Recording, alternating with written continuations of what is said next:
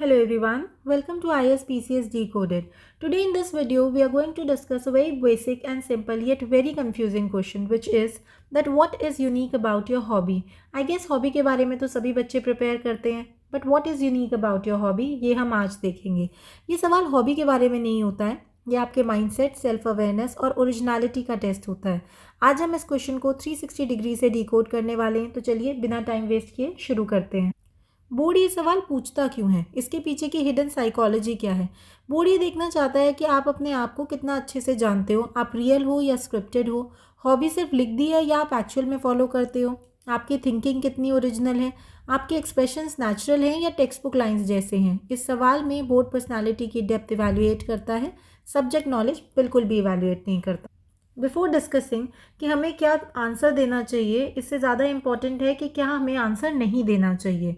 तो सबसे कॉमन गलती ये होती है कि एस्पिरेंट्स जेनरिक लाइंस बोल देते हैं। अगर आपसे आपकी हॉबी के बारे में कुछ पूछा जाए तो आपको क्या क्या नहीं बोलना है, जैसे कि सर मेरी हॉबी मुझे काम रखती है, माई हॉबी कीप्स मी काम, it teachers me discipline, it makes me patient. ये सब टेक्स्ट बुक लाइन्स होती हैं। बोर्ड को लगता है एस्पिरेंट हॉबी फॉलो ही नहीं करता, बस बुक से रट के आ गया है सिर्फ इंटरव्यू में आंसर देने के लिए। दूसरी गलती क्या होती है, हम अपनी हॉबीज़ को एग्जैजरेट कर देते हैं, ओवर फिलोसफिकल आंसर्स दे देते हैं, रियल एग्जाम्पल्स नहीं देते, हॉबी को भी जज करते हैं, सर टाइम पास के लिए कर लेता हूँ या कर लेती हूँ। इन सब चीज़ों से इंप्रेशन डाउन हो जाता है। तो हमारा आंसर दिखना कैसा चाहिए, द परफेक्ट 3D फ्रेमवर्क। आपका आंसर 3 चीज़ों के अराउंड होना चाहिए। सबसे पहले पहली डायमेंशन होगी कि हॉबी में आप एग्जैक्टली क्या करते हो। सबसे पहले अपनी हॉबी को स्पेसिफिक बनाओ, जेनरिक मत बनाओ। मतलब जैसे कि ये मत बोलो कि आई लाइक कुकिंग, ये बोलो कि आई experiment with 5 ingredient regional recipes. यहाँ यूनिकनेस डिटेल से आती है, सब्जेक्ट से नहीं आती है। दूसरी डायमेंशन में आपका अप्रोच होगा कि आप क्या यूनिक बनाते हो, मतलब यूनिकनेस क्या है आपकी उस हॉबी में, आपका मेथड, आपका एंगल, आपका जो पर्सनल कनेक्शन है, या कुछ तरीके से आप अपनी हॉबी को किसी तरीके से अलग तरीके से करते हो, डिफरेंटली करते हो। ये यूनिकनेस हॉबी में नहीं, आपके तरीके में होती है। और लास्टली थर्ड डायमेंशन होगा सॉफ्ट इंसाइट, यानी कि सटल पर्सनल लर्निंग डाल दो आप इसमें। इस हॉबी ने मुझे ऑब्जर्व करना सिखाया, ये मुझे स्लो डाउन करना याद दिलाती है, टेक्स्ट बुक की मॉरल स्टोरीज को अवॉइड करना। बेसिकली आप सिंप्लिसिटी और ऑथेंटिसिटी प्रेफर करो।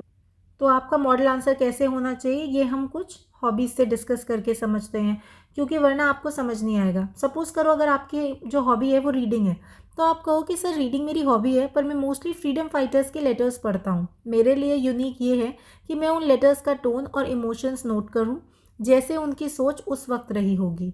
दूसरा एग्जाम्पल हम कुकिंग का देख सकते हैं कि मैम कुकिंग मेरा हॉबी है लेकिन मैं 5 इंग्रेडिएंट डिशेस एक्सपर्ट करता हूँ। ये रेस्ट्रिक्शन क्रिएटिविटी को पुश करती है और दैट चैलेंज मुझे पसंद है।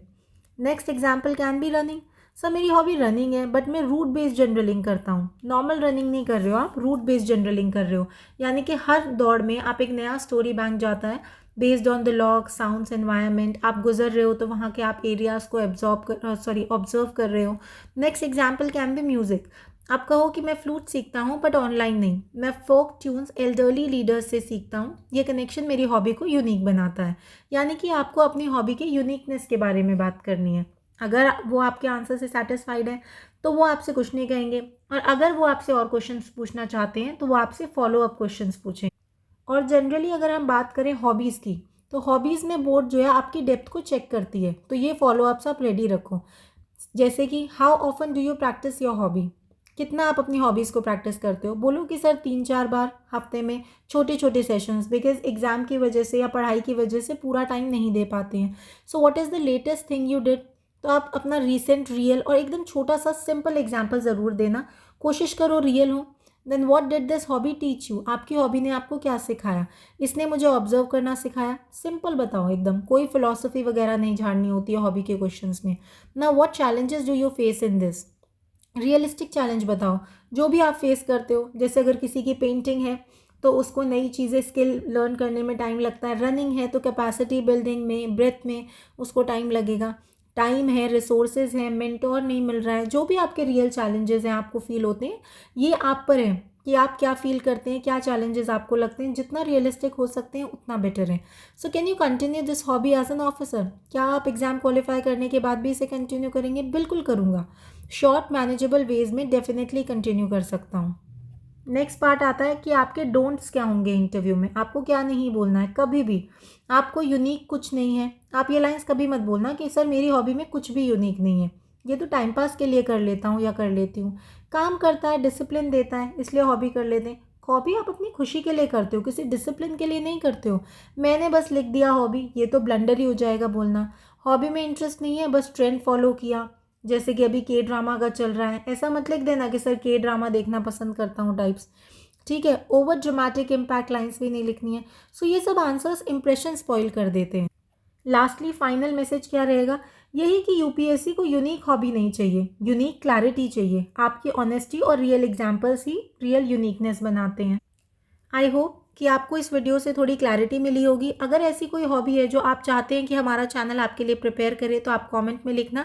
हम उन हॉबीज़ को जो कि ज़्यादा बच्चे चाहेंगे या कोई भी चाहेगा, उन पर वीडियोस बनाएंगे एंड होपफुली आपको वो अच्छी लगेगी। मिलते हैं नेक्स्ट वीडियोज़ में और भी इंटरेस्टिंग और इम्पॉर्टेंट क्वेश्चंस के साथ। Till then, best of luck.